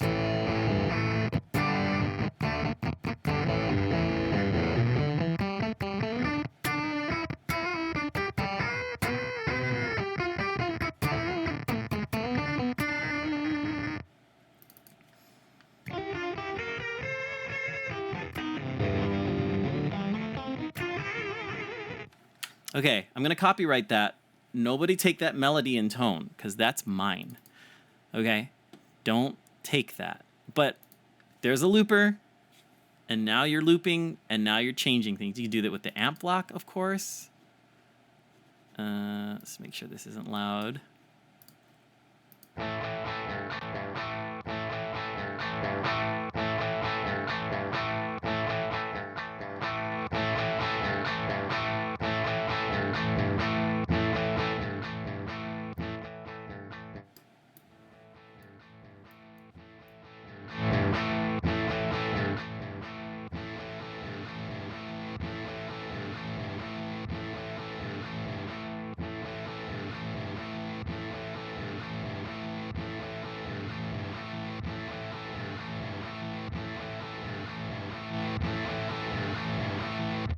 I've actually done that.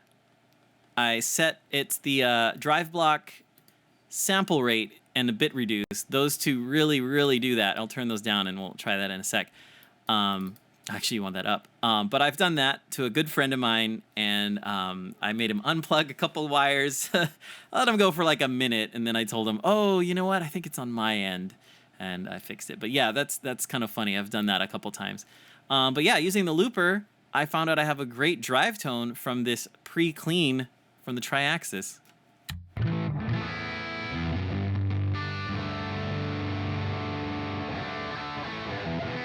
And then when you play, it might be a little different. So you want to turn off the looper and then actually play.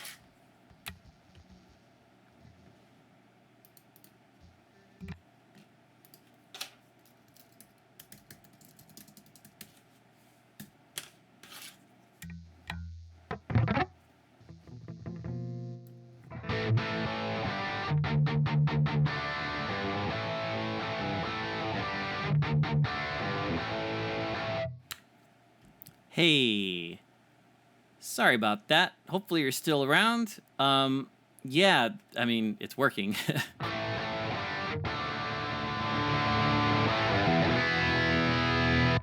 Yeah, again, this is a test. I have two cameras going with a lot of bitrate going into the USB ports on this computer. I also have audio going through the computer. So I think it just runs out of juice. Edit might actually stop working too, just because of the bandwidth on the USB. So I got to figure that out. I might have to use my laptop, which might be more powerful than this one. Anyway, as I was saying, this is a clean amp, and it sounds pretty darn good.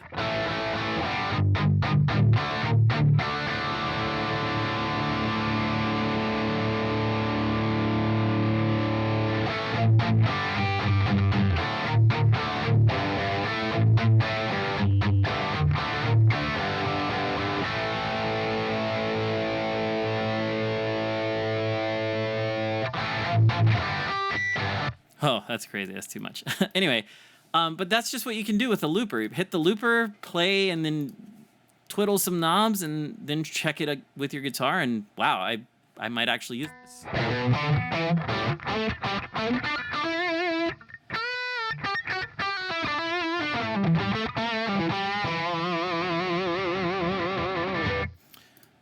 Yeah, let's turn this drive back on.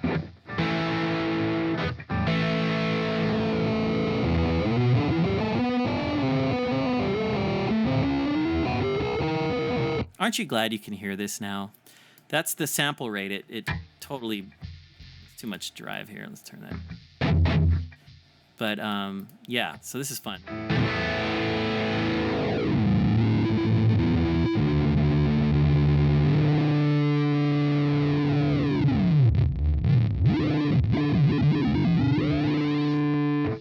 Put that on an expression pedal.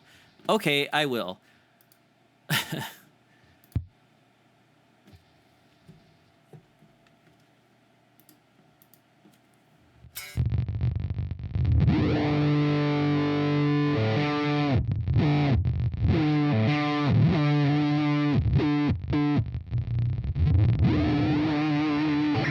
Put that on an LFO. Okay.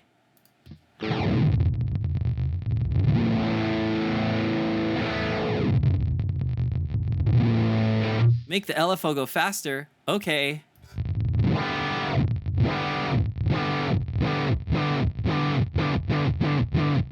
Put the rate of the LFO back on that expression pedal. Okay.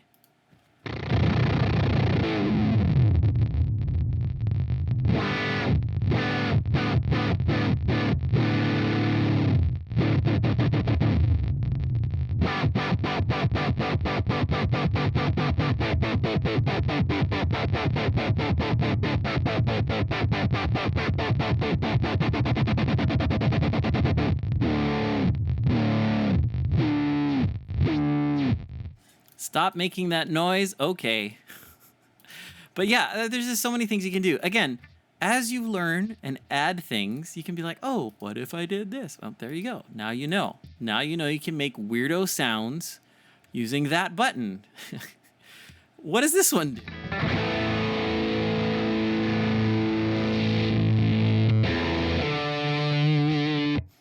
I notice you can't really tell in this lower range, but once you get up there.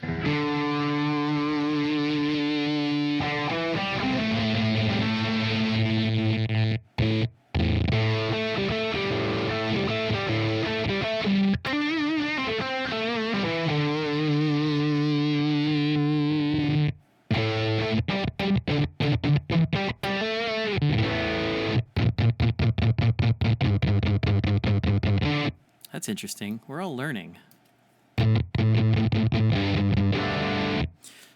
It really is sensitive to how much input you're giving it. I don't know otherwise. I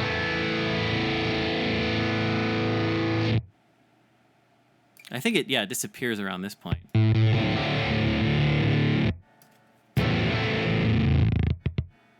That'll definitely screw up a sound guy. There's something going on with my guitar channel. If you could check that out, sound guy. I think there's like a tube loose. Yeah, something's wrong with your Fender Twin on backline. If you could... Never mind, I fixed it. Okay, great. I'm great. I fixed it. Yeah, check your gear.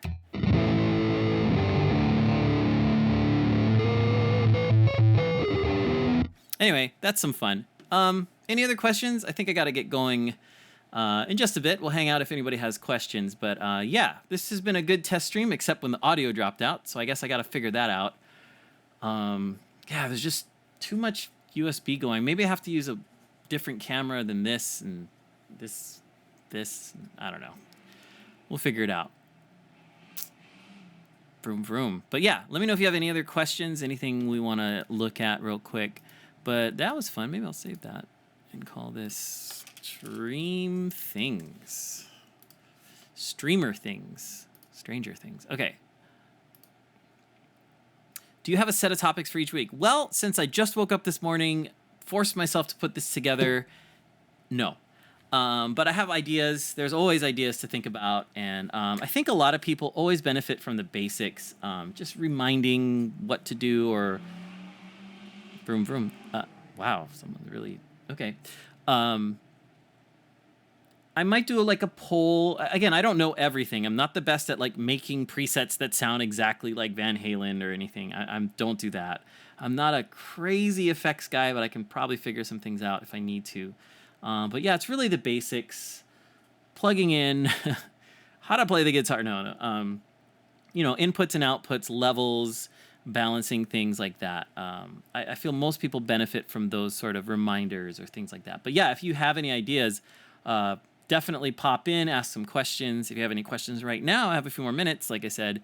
But yeah, let me know.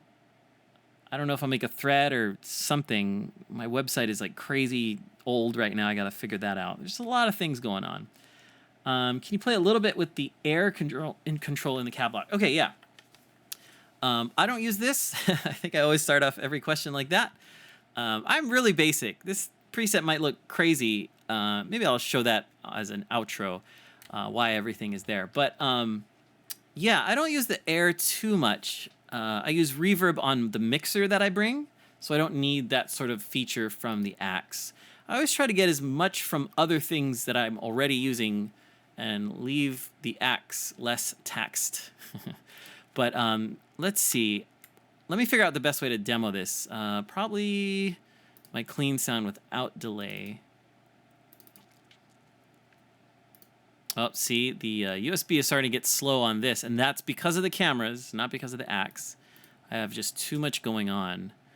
So anyway, we'll see if that will stop working just like the audio did. Okay, so I guess I'll turn that up. Okay, so there's that, and we'll go to the cab block and the air controls. So here's air down here. There's also room level, but let's just see. So air, if I remember correctly, mixes in sort of some of the dry signal. I think that's what the air is actually doing. And in this case, it's mixing in 5K from the dry signal. So this gives a little bit of, they call it air because it's like top end dry signal coming in. So let's see if we hear anything. I haven't played with this in a while.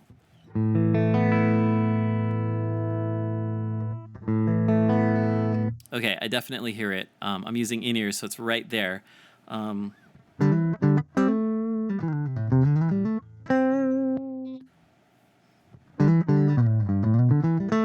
sort of hear the string, if you will.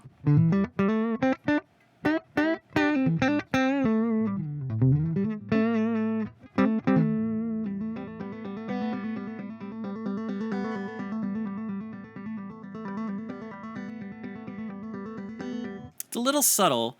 Might not hear it if you're on like just your laptop speakers or something, but it's definitely there.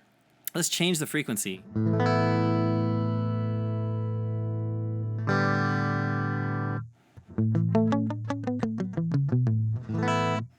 Wow, that is very distinct now, at least to me.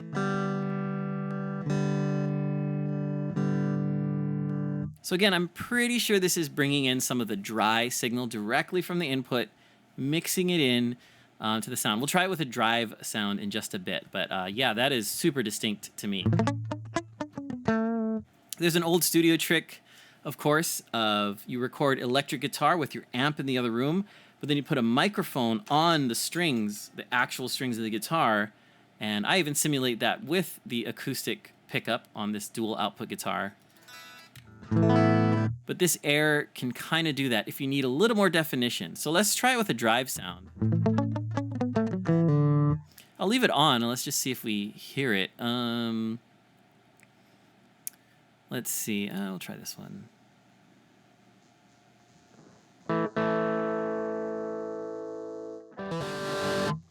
Yeah, you can definitely hear it.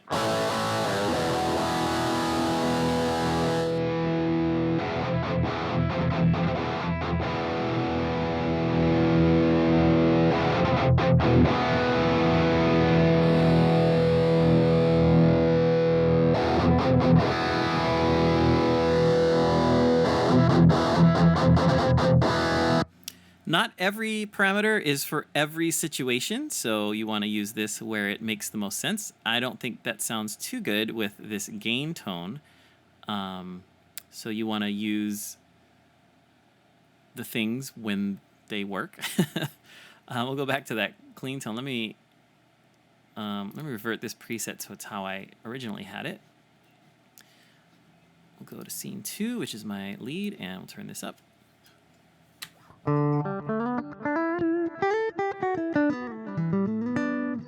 So yeah, on this clean tone, it's definitely a little more cutty. I have it all the way up. Of course, that's an extreme setting, but you can definitely hear a little more clarity from that. So that seems to work here.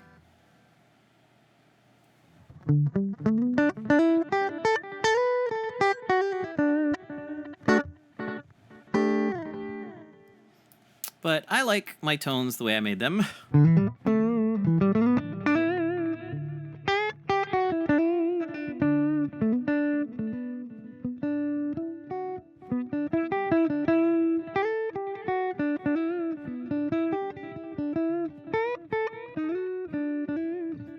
I always figure out songs on the spot. I don't know how to play anything. Yeah, so that's that. Let's look at room level real quick. I haven't used this in a while, and this has been rehauled, I think, in 6.0.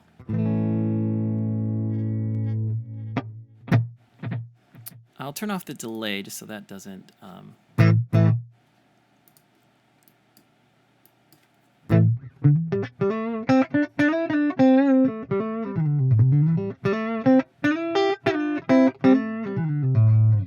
So there's that. So just to say, I don't think air is not usable at all.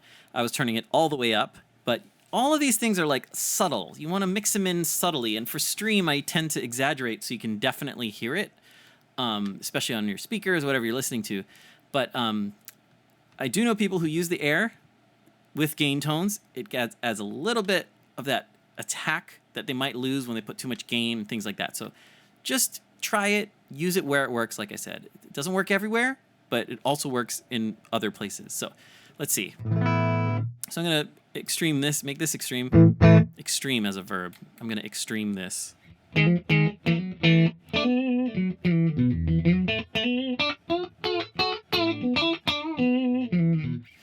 So I think my CPU will end up a couple of percent or so.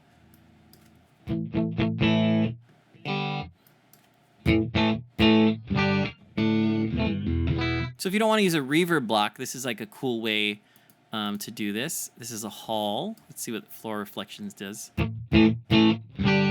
Ah, that's harder.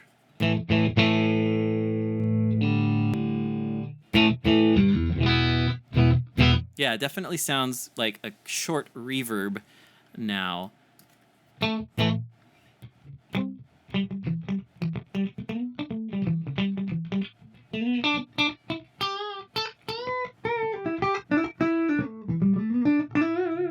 That's cool. So like a jazz tone, that might work for what I do.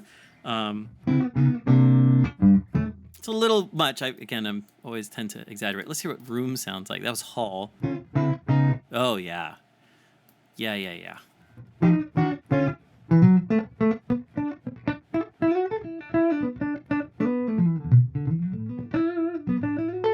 With the room cranked, it seems like you're playing next to me. Yeah, using headphones. Yeah, it sounds great. I'm on in-ears, so it's a similar feeling, and I sound like I'm in the room next to me. No, yeah, it sounds good. This got an overhaul. It was either in 5, I think it was in 5, somewhere in 5.0. Major overhaul. That sounds good. Room diffusion, let's see what that does. So now I'm farther down the room. I'm farther away.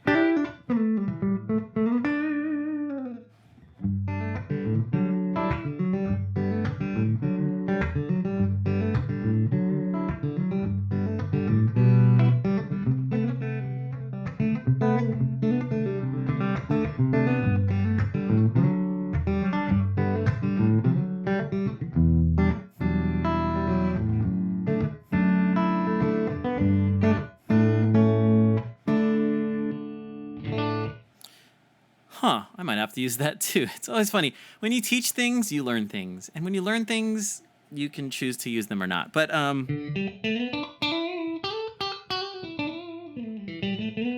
have to see what this sounds like on speakers.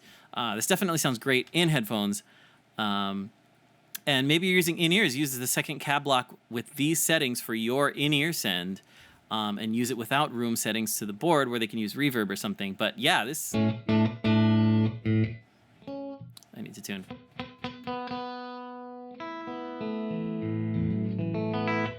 Wow, that sounds... Now I'm playing in your bathroom. Yeah, exactly.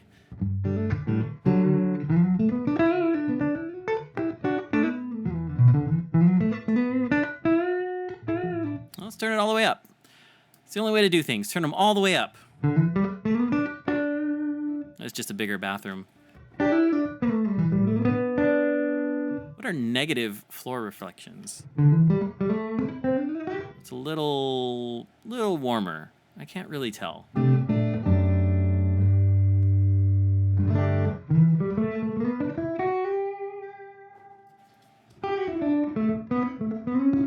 Anyway, well, I think we had something. Sorry, blowing in the mic there. We had something good and we ruined it.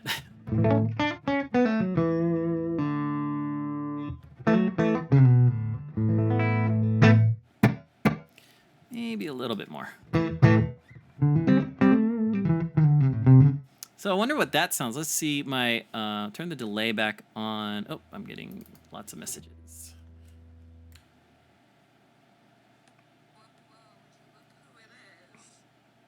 Messages. Let's see. Sorry. Okay, not sure what that is. Okay, great.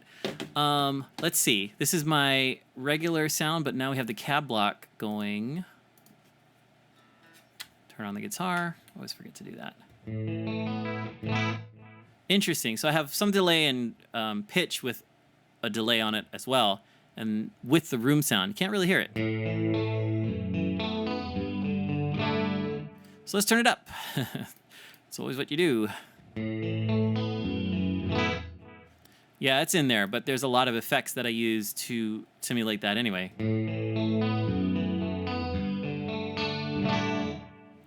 Okay, here's the delay clean lead.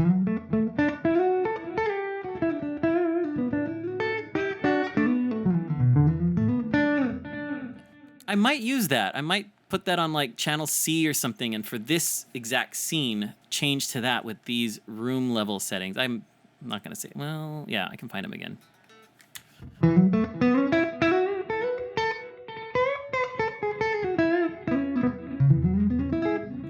That's cool. Okay, I'm going to turn it down. I'm going to do some gain here. Let's see what this sounds like.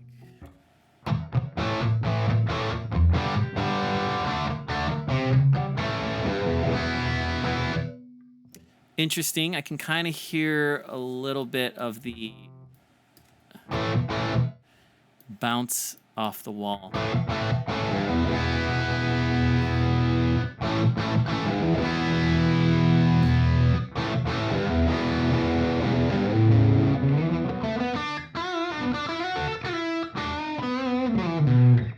Cool. Here's another drive sound.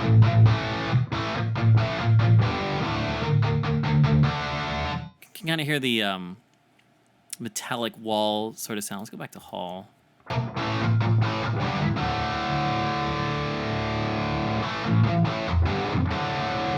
Yeah, because distortion has so many more frequencies and harmonics going on, you tend to hear different things than clean tones. So, like I said, there's things work with some things don't work with some things. Just use what works.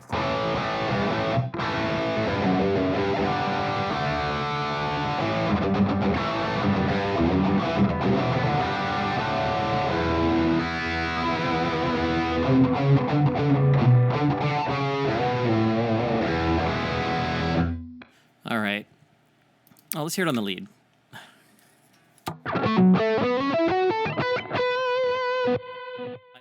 I use a different cab block for that. So we got to do this. Turn it all up.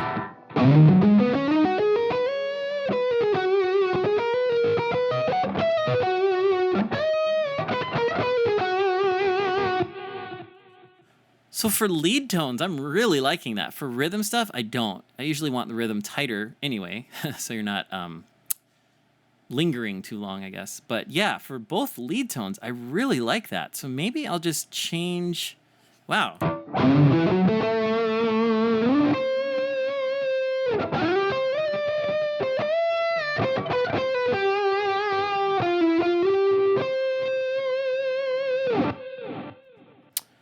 Huh, something to think about. Okay, well, let me revert it, because I'll do that later. But yeah, maybe the last thing I'll do is go through this preset, a few blocks in this preset. There's this crazy stuff happening over here. Multi-delay, reverb, and plex delay, a filter. Anyway, let me show you what those are. So like I explained quickly earlier, I have an acoustic sound on the guitar itself. So this is the guitar coming down here. This is not a simulation. I'm going to tune.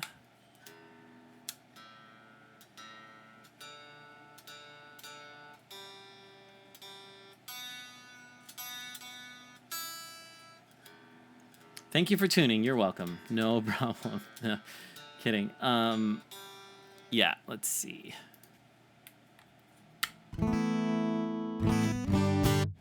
Well, that's good for now. Sorry. Yeah, no problem. So I have my acoustic. I have my electric. And I use this volume pedal to, I'm going to move this a little closer. It's kind of hard to reach. I have this volume pedal to turn down the electric only.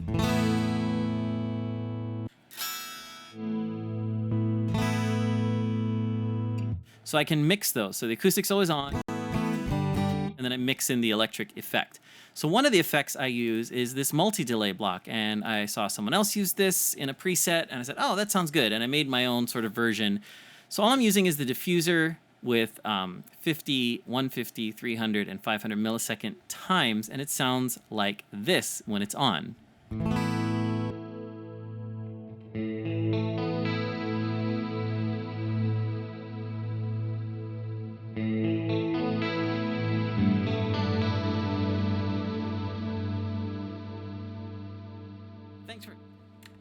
Thanks for hanging out. Go when you need to. It'll be here. Thanks so much. But this is what this multi-delay as a diffuser is doing. Just this. It's extending the notes. So when I play slower songs or things like that, I can do it.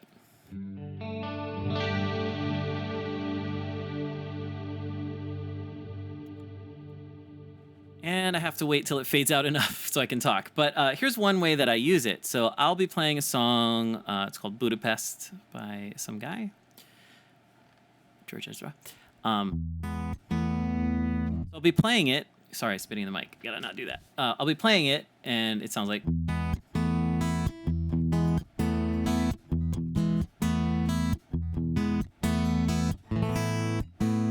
Right? What I'll do is I'll roll in with the pedal just a little bit of that multi-delay sound. So.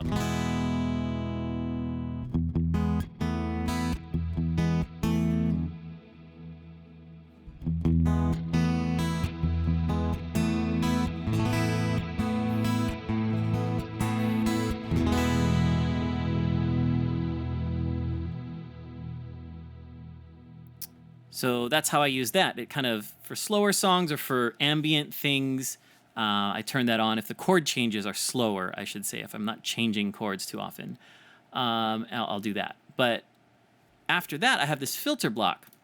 And if you look, it's going up and down. And I have a filter going on just that part. I'm getting a lot of messages. Okay. So if I'm going to have the multi-delay go, and then I'm going to turn on the filter, and you'll hear the difference.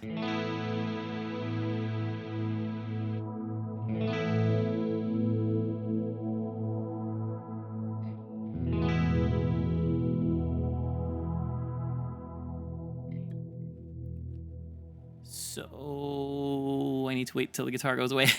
So I saw this on another preset, and I sort of made it my own, I hope, enough. But very genius. Put the frequency on an LFO, make it go back and forth over a little bit of, just a little bit of frequency. It's not going very far. And put it on something decaying like that, like a reverb or delay. So that's that one. And, you know, again, I'll mix it with the acoustic.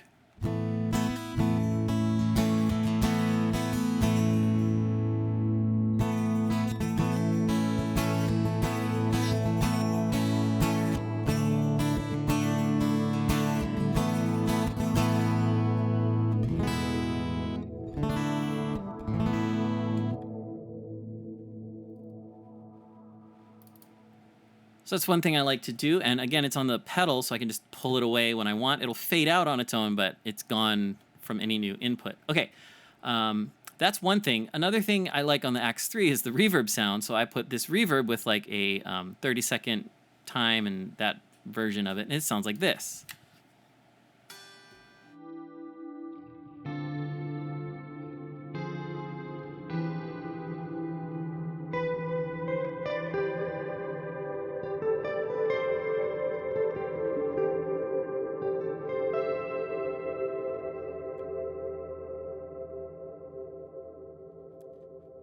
When can I talk? When can I talk? When can I think I can talk now? Yeah, it takes a while to get out. So that's more of your typical long reverb sound. So I wanted one of those. It's a little bit different. It's longer. It's more lush. I feel it sticks around. It feels thicker when you're playing through it versus this multi-delay, which kind of gets in and out real quick. And then I'm playing around with this one. So that's the reverb. I don't have any filter on it. I tried it. I already have that. I don't need a filter. But recently we got the shimmer verb in the Plex delay block. I don't really know how to use this. I don't use it that much, or this sort of sound. I tried it on the gig the other day. I kind of just don't have a need for like this high octave sound. But I know it's important in a lot of other people's music, and that's cool. But I kind of don't know how to use it yet. But this is what it sounds like.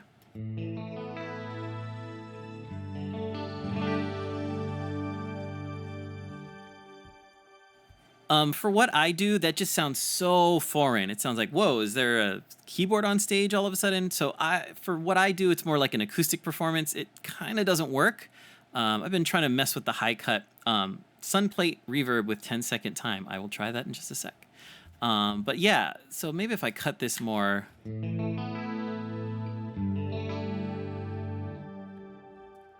Yeah, it sounds great. It's just a sound that I personally don't need or can't use or haven't figured out where to put it. So maybe there's a better way to do it. Put a tremolo after it and chop it up. Let's do that.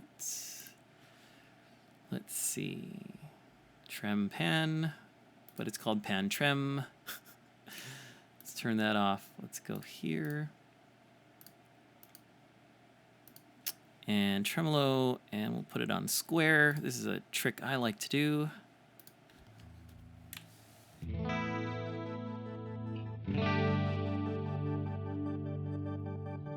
See, now already that's more usable for what I do.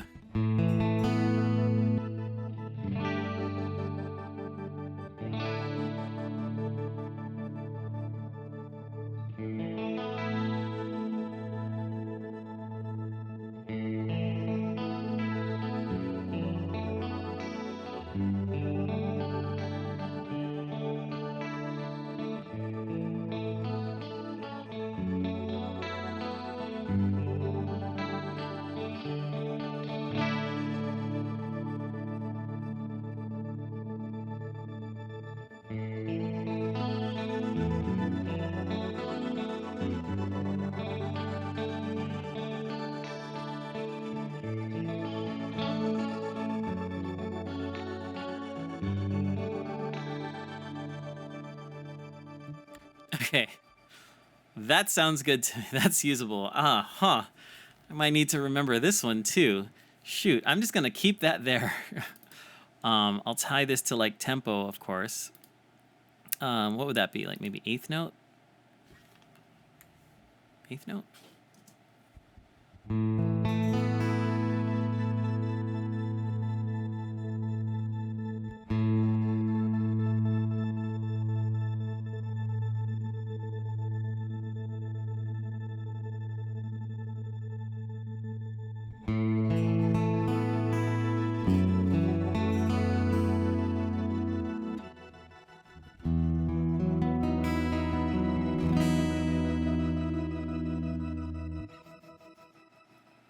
Okay, I'm liking that.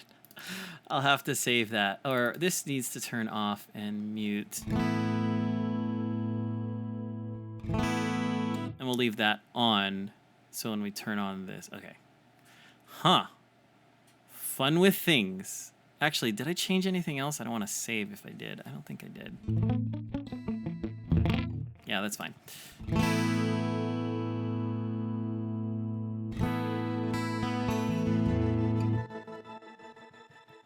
Okay, really liking that. Let's try this reverb that he said. Sun plate, 10 seconds. And this better sound good. I'm kidding.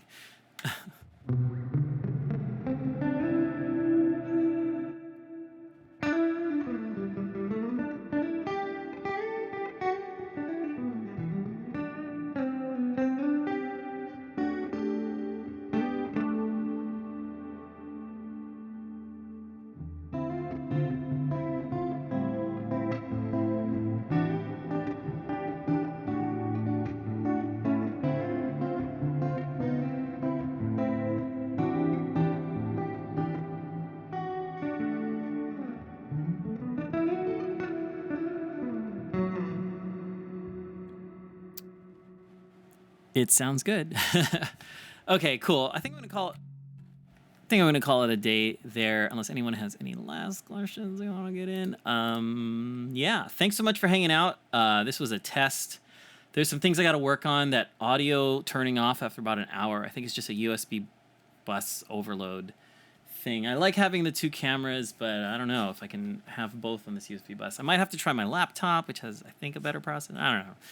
All these things, but there's a lot going on. Thanks so much for hanging out. I'll see you guys on the forum. I will try to get my butt in gear for that video and some other things. There's a lot of stuff going on in my day job and my other things. Gigging a lot, which is nice, but there's very little time. You know, a 3-hour gig takes 6 hours, not including recovery. So you got to get there. You got to leave an hour early, get there an hour early, set up for that hour, play the 3 hours, tear down, go back home. So it's like a 6-hour thing, and then you work your day job. Anyway, you know how it is. Thanks so much for hanging out. I will see you guys soon, I hope, on here. This was about a 2-hour stream. So thanks if you've been here the whole time. If you haven't, no problem. I'm going to run an ad. Let me test that. So I'm going to run an ad. Ad inserted. Can anybody... Do you see the ad or do you not see the ad right now? Because I don't know. I don't see it. I wish I could see it. It should show me the ad. Anyway, I guess I'll figure that out. Maybe I'll wait. Create highlight video. I can do that right from here, and I can share. There's a lot of things going on YouTube. So once again, I'm going to call it a stream for now. Get right to that 2-hour mark, and we will see you guys soon.